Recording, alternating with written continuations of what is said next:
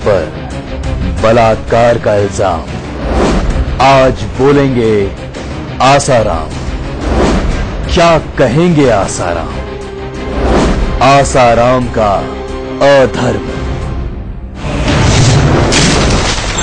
सलाखें। आसाराम बाबू पर लगे इल्जाम बेहद संगीन है, लिहाजा बापू ने आरोपों पर सत्संग के दौरान सफाई दी। क्या कहा उन्होंने, पहले ये सुनिए। ध्यान से सुनिए। दुनिया को खबरें सुनाने वाले तो खूब टिकटिकी लगाकर सुनते हैं, और आपको टीआरपी बढ़े ऐसा कोई मसाला चाहिए तो मैं कुछ न कुछ क्या बोलूं, आप ही बताओ तो कुछ बोल दो। और आप थे बोलो बापू ने ऐसा बोल दिया। मैंने कभी नहीं कहा कि मीडिया वाले कुत्ते हैं, मैं उनको टुकड़ा नहीं डालता। ऐसा मेरे शब्द हो, मेरे होठ चलते हो, मेरी आवाज हो। हाँ, फोटो मेरा लगा दे और एंकर कुछ भी बोल देगा तो मोदी सरकार को हटा देने को मैंने कभी नहीं बोला है। एंकर बोल रहा है, मेरा फोटो दिखा रहा है। अभी भी गोधरा में मैंने कुछ बोला था और एंकर कुछ बोलता है तो फिर सदा बापू सुर्खियों में छाया रहते हैं। बापू ने ये कर दिया, वो कर दिया, ये कर दिया, वो कर दिया। ठीक है, ऐसा कुछ बताओ कि अब फिर से कहूं ताकि आपका टीआरपी बढ़ जाए। नारायण। तो पीड़िता उतनी दोषी है जितने 6 आदमी उससे अत्याचार करते हैं। ऐसा मैंने बोला तो साबित करके दिखाओ। 50 लाख उस समय भी मैंने घोषणा की, तब तक चुप हुए थे, उसको उतारे। मैंने अगर ऐसा कहा ये साबित करके दो तो 50 लाख अब भी ले जाओ। चुप हो गए। अब फिर से उसको उछाल गए। मैं टीवी नहीं देखता हूँ, लैपटॉप अब मेरे को किसी ने दिखाया, आजकल न्यूज ताजा खबर। बापू जोधपुर में थे, ऐसा था। लेकिन जिन दिनों की फरियाद है उन दिनों में जोधपुर आश्रम में मैं था ही नहीं। मेरा प्रोग्राम था उतने ही दिन में जोधपुर आश्रम में रहा। प्रोग्राम जिस दिन पूरा हुआ उस रात भी मैं जोधपुर के आश्रम में नहीं था, और मैं प्रसिद्ध आदमी हूं, उससे गवाह सैकड़ों हजारों मिल जाएंगे। तो ये कहना था बापू आसाराम का खुद पर लगे संगीन इल्जामों के बाबत। लेकिन जिस लड़की ने आसाराम पर संगीन इल्जाम लगाए हैं और उसको सन्न कर दिया है सबको उसकी बातों ने, आखिरकार वो सामने आई, उसने भी अपनी आप बीती सबको सुनाई। क्या कहा उस लड़की ने, अब ये सुनिए।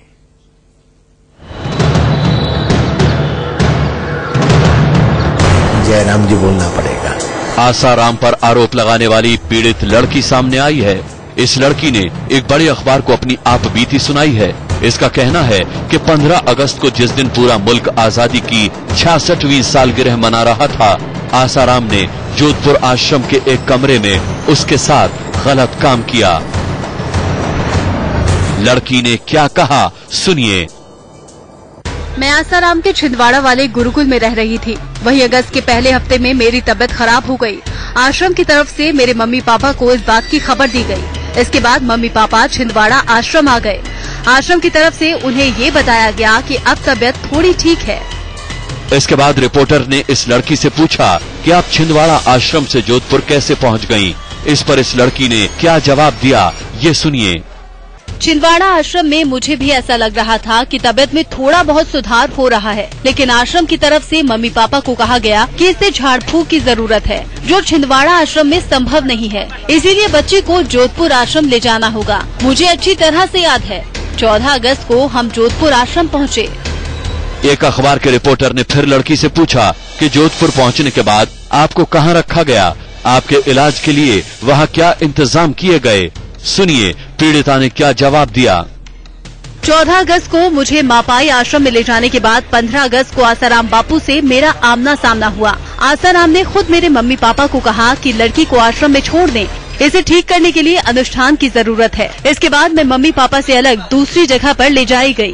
पीड़ित लड़की के जोधपुर पहुंचने के बाद आसाराम से उसकी मुलाकात के बाद आगे क्या हुआ? पीड़ित ने अखबार के रिपोर्टर को पूरी कहानी बताई। सुनिए उसने क्या कहा।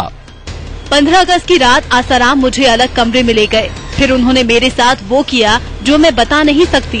मैंने आसाराम से इसका विरोध किया तो उन्होंने जान से मारने की धमकी दी। उसके बाद मैं बहुत डर गई। तो आसाराम बापू के खिलाफ लड़की से रेप का मामला दर्ज हुआ है। पुलिस आसाराम को गिरफ्तार भी कर सकती है। हालांकि अभी पुलिस ने आसाराम से पूछताछ नहीं की है, लेकिन आसाराम ने भक्तों के सामने सफाई देनी शुरू कर दी है। और आपको प्यार की बड़े ऐसा कोई मसाला चाहिए तो मैं कुछ न कुछ क्या बोलूं, आप ही बताओ तो कुछ बोल दो। और आपके वो बापू ने ऐसा बोल दिया।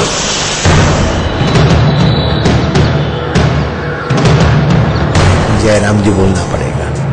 खुद पर लगे इल्जामों से आसाराम किस कदर बौखलाए हुए हैं, इसका अंदाजा आप इसी बात से लगा सकते हैं कि अब वो अपने भक्तों के बीच जाकर न सिर्फ खुद को बेगुनाह साबित करने में लगे हैं, बल्कि मीडिया पर ही उन्हें बदनाम करने की तोहमत लगा रहे हैं। फोटो मेरा लगा दे, एंकर कुछ भी बोल देगा तो मोदी सरकार को हटा देने को मैंने कभी नहीं बोला है। सुना आपने, आसाराम को लगता है कि उन्हें मीडिया बदनाम कर रही है, लेकिन शायद वो ये भूल रहे हैं कि उनके खिलाफ मुकदमा दिल्ली पुलिस की डायरी में दर्ज हुआ है और उन पर लगे आरोप भी मीडिया ने नहीं बल्कि उस लड़की ने लगाए हैं जो बकौल पीड़िता उनकी घिनौनी हरकत की शिकार हुई है। खैर, आप भी सुनिए खुद पर लगे आरोपों पर क्या सफाई दे रहे हैं आसाराम। जिन दिनों की फरियाद है उन दिनों में जोधपुर आश्रम में मैं था ही नहीं। मेरा प्रोग्राम था उतने ही दिन में जोधपुर आश्रम मिला। अब हकीकत क्या है और आसाराम पर लगे आरोपों में कितना दम है, ये तो तहकीकात का विषय है। लेकिन ये सच किसी से भी छिपा नहीं है कि संत आसाराम पर इससे पहले भी कई बार ऐसे घिनौने आरोप लगते रहे हैं। ब्यूरो रिपोर्ट के साथ जोगिंदर सिंह, इंडिया न्यूज। भक्तों के सामने सफाई देना और बात है, लेकिन तथ्य और सच्चाई ये है कि आसाराम पर संगीन इल्जाम लगे हैं। अब उन्हें यह बताना होगा कि वो निर्दोष हैं। उनके ऊपर जिस कानून के तहत मुकदमा दर्ज किया गया है उसमें उनका बचना काफी मुश्किल है। केस तो 10-5% होते, झूठे केस 90% होते। आसाराम पर सबसे बड़ी मुसीबत यह है कि इस बार वो पॉक्सो में फंस गए हैं। पॉक्सो की वजह से उनका बचना मुश्किल है। सवाल ये है कि ये पॉक्सो है क्या? Prevention of child against sexual offence, मतलब ऐसा कानून जिसमें मुजरिम को खुद ये साबित करना होगा कि वो निर्दोष है। मतलब ये हुआ कि आसाराम को ये साबित करना होगा कि उन्होंने पीड़ित लड़की के साथ कुछ भी गलत नहीं किया। पॉक्सो कानून के मुताबिक पीड़ित का बयान ही सबसे बड़ा सबूत माना जाता है और पीड़ित लड़की का बयान दिल्ली पुलिस ने 164 धारा के तहत मजिस्ट्रेट के सामने दर्ज करा दिया है। बयान दर्ज कराने से पहले सबसे बड़ा सबूत इस लड़की का मेडिकल था, जो आरोपी के खिलाफ है। ऐसे में जानकारों का कहना है कि आसाराम का बचना इस बार नामुमकिन है। Bureau report, India news. तो सलाखों का सफर आज बस यहीं तक, लेकिन इंडिया न्यूज पर खबरों का सिलसिला जारी है। आप देखते रहिए इंडिया न्यूज।